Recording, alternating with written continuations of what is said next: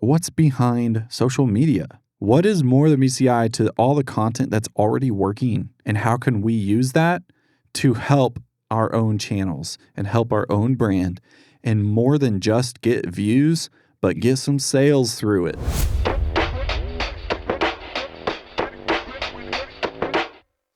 We aren't just a video production company, we are business solution driven creatives. And this is more than meets the eye.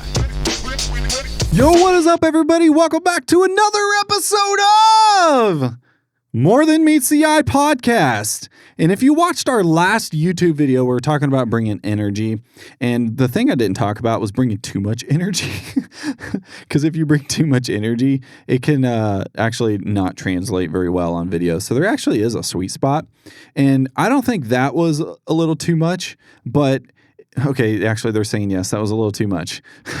Well, there's the line. But I've seen some other people that they just like say it really loud and fast and high energy, but they say it too fast. And it's like, bro, I just woke up. Like, that's too much. So it's important to bring energy, but also bring the right amount of energy. Welcome back to another episode of More Than Meets the Eye, where we talk about what's behind a brand or a person or a product. And today we're going to look at what's behind social media.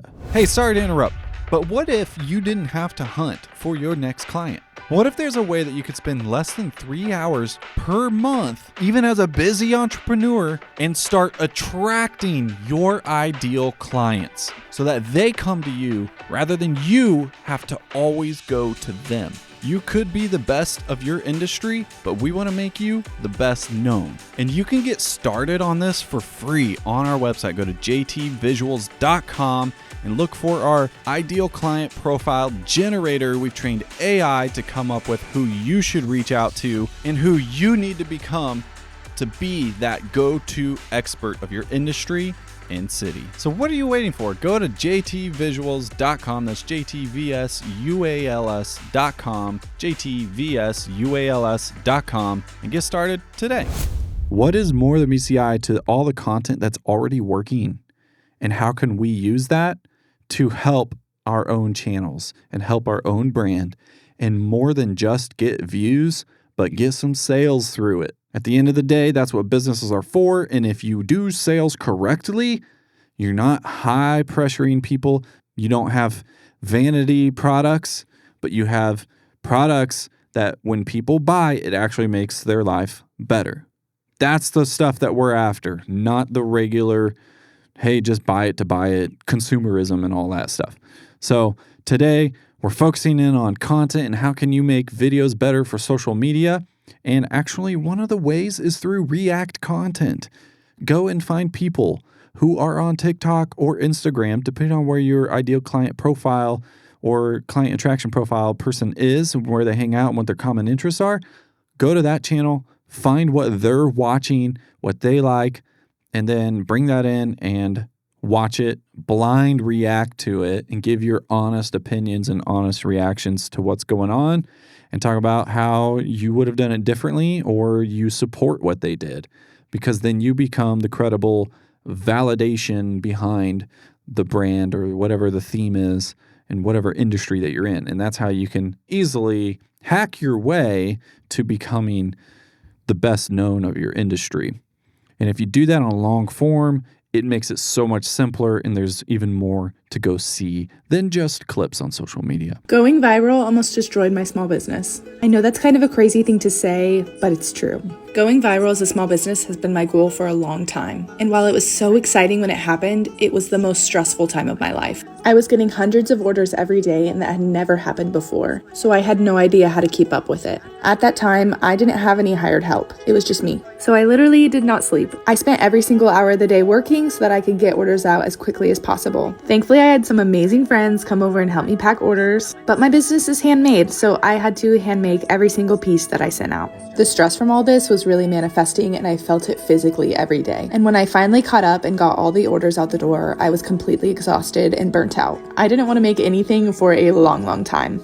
But that wasn't really possible because the holiday season was right around the corner. So I kind of just had to push through my burnout and keep working until the year was over. Burnout. And that not only took a toll on my physical health, but my mental health as well. Don't get me wrong, I really am so happy that I went viral. I have so many more eyes on my art than I ever did, and I'm finally able to make a consistent income to help support my family. And because of going viral, we got to get Goose. But all of that good also came with the expense of my own health and happiness. So if you're an artist or small business praying and wanting to go viral, I just hope you keep this in mind. While it is such an amazing thing, it can also have so many negatives that go along with it. Overall, my wish for you is to have a viral video, but also that you're prepared for the wild ride you're about to go on afterwards. Okay, I'm a little confused, but like I totally get it, because you need to make sure that you're scalable, which is a business thing more than a marketing thing.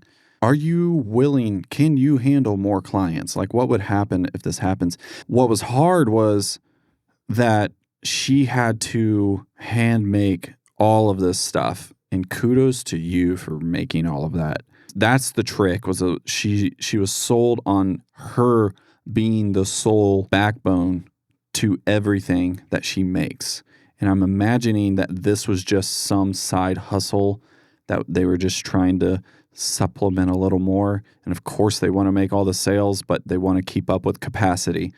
So this can actually happen with marketing and with video content as well. And this says part 1. So there's a little more to this story, it looks like. But I would say that this is that stress for an entrepreneur that was forced. And this was avalanche versus snowball. I got to a point in my business where I was like, man, even if I put out ads, like what's stopping me from doing ads? And it was because I was scared of all the business that I would get from it working. And so that was a sign that I was not ready, and I need to work on my systems. I need to start scaling first, and then I can be ready and go. However, at the same time, you have the right to say no. So like there's a little bit of some tenacity in just saying, hey, we're out of orders, instead of forcing yourself to go through it. Now that you know that the demand is there, you raise the price on what you're offering because you are proven to be more valuable now at this point, and then that could be a way to get through it. She was really smart to bring in her friends. Hopefully she, bought them coffee or bought pizza or something. Like she did something with them, because that looks like it would be a huge help for her.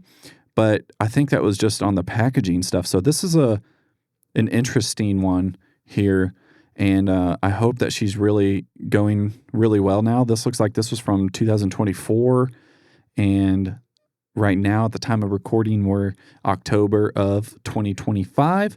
So this is given like about a year and a half, and I hope that she's still posting content and trying to go viral again and keep her audience, because that's so much leverage for her to always have so much to give to her audience and to keep her business going. And now she could easily hire someone else and train them how to do it the way that she does it. It's more like scale, delegate to elevate, or if you want to be that sole artist, then you raise your price to match the demand. And then what would you be willing to do it for? So a lot of people, they pray for this. And what I do like is that she was very honest with it, and she did not just sugarcoat it. She actually unsugarcoated it and tried to show the raw side of things. It worked. What's funny is she went viral, but then made this video about the story of it to go even more viral. And this just brings even more support and people start liking her. So the fact that she made this video and posted it, I hope that these people start going and their lives are totally changed. One video made a huge difference in her whole business. What do you say when somebody says it's too expensive? I just agree with them. If you believe that your product is 10 times more valuable than what people are paying investing in, then your certainty is what is felt. I totally get where you're coming from. It is a serious commitment. Our best clients understand this is an investment in their future. But can I ask you a question? If it was free, would you want to move forward?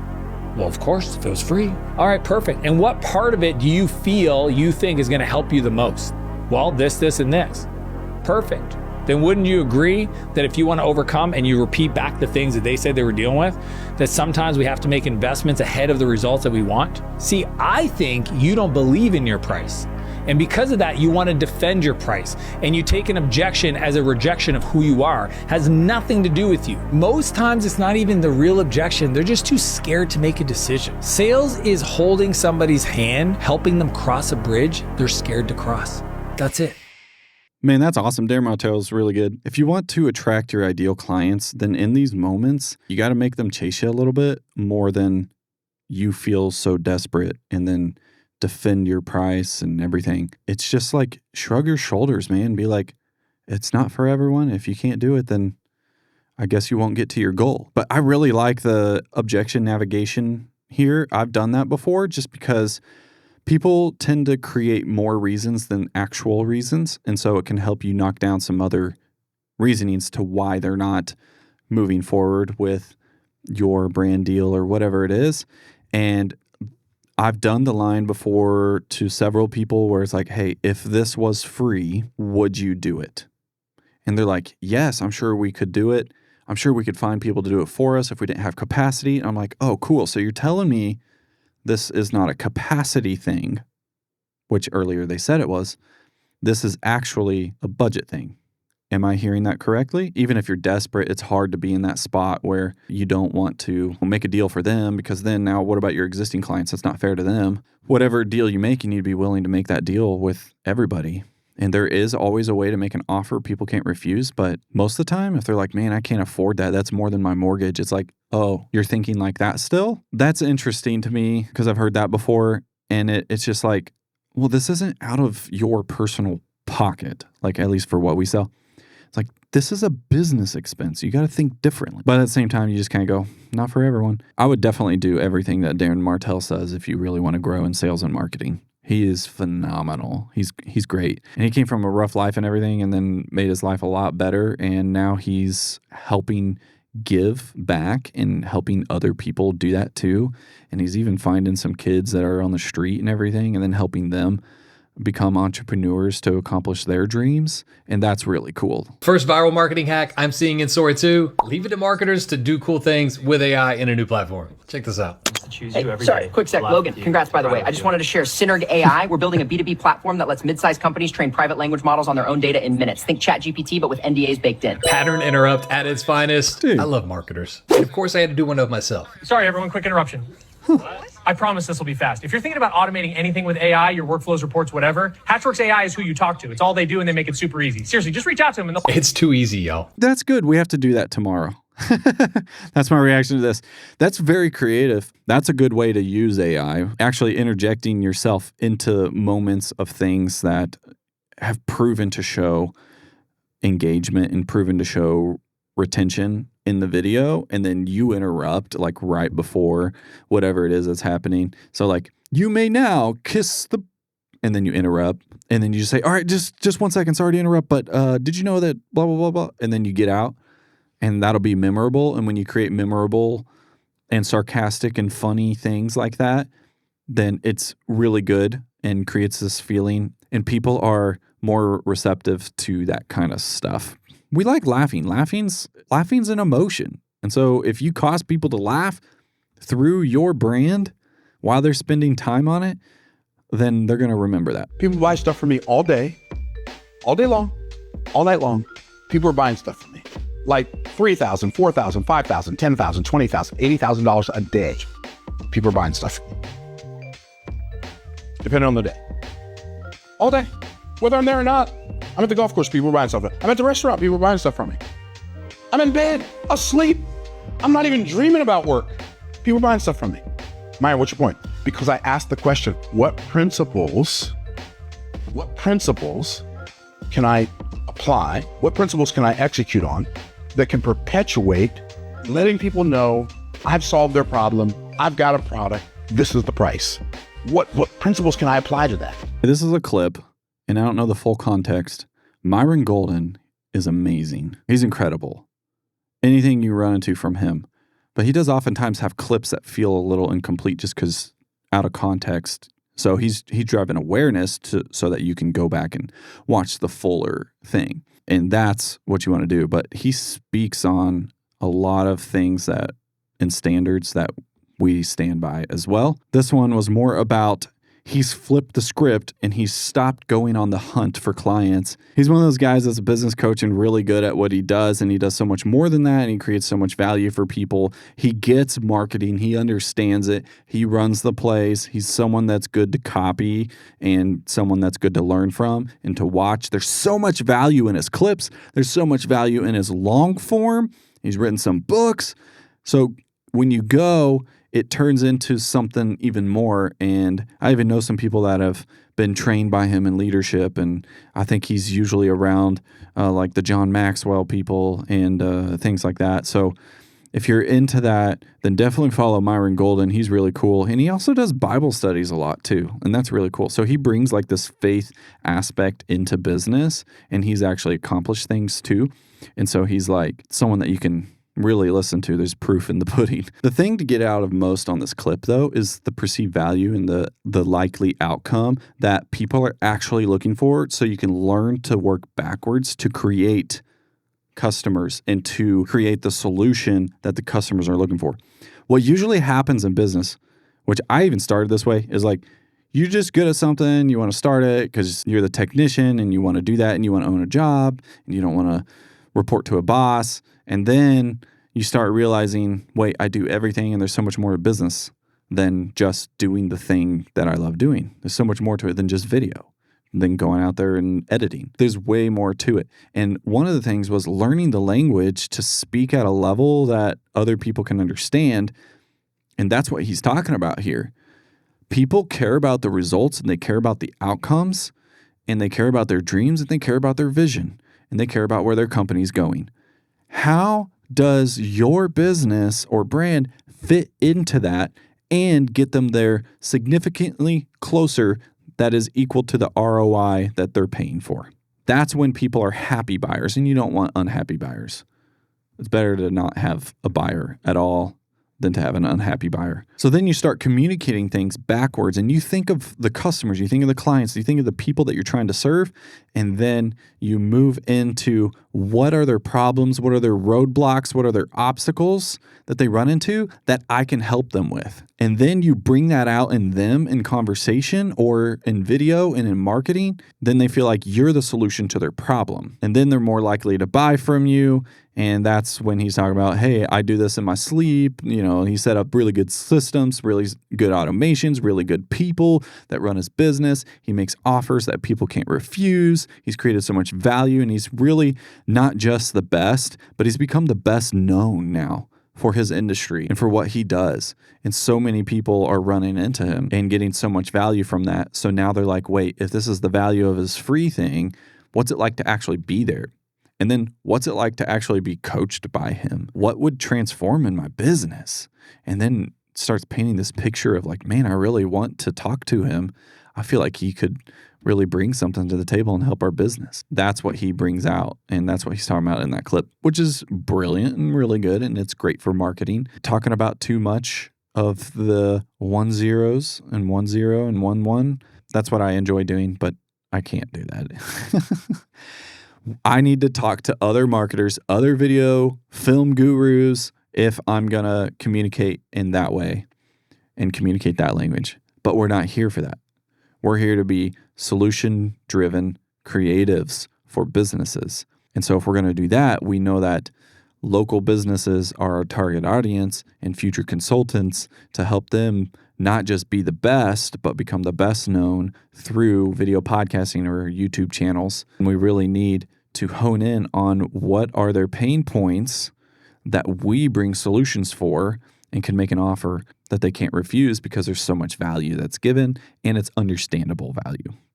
Sometimes you can know your value and other people don't know it because you can't communicate it in the right way and into their language. So once you can start doing that more, then it starts working out way better. And that's exactly what a podcast does. That's exactly what a YouTube channel does. It helps with the educational side of things to help warm people up into the information, especially if it's like high information buyers. They're going to do their research before they book with you to make sure that's the right fit for them or for you. And then you need to have a conversation with them to convert them and everything. But then you start getting so well known that now you're attracting the low informed buyers for your business and for your brand, which is amazing. All right, and that's it for this week on More Than Meets the Eye podcast. We dove into several different kinds of content for businesses. When it comes to your marketing plans and becoming the best known of your industry, always remember to do the reps and keep on keeping on.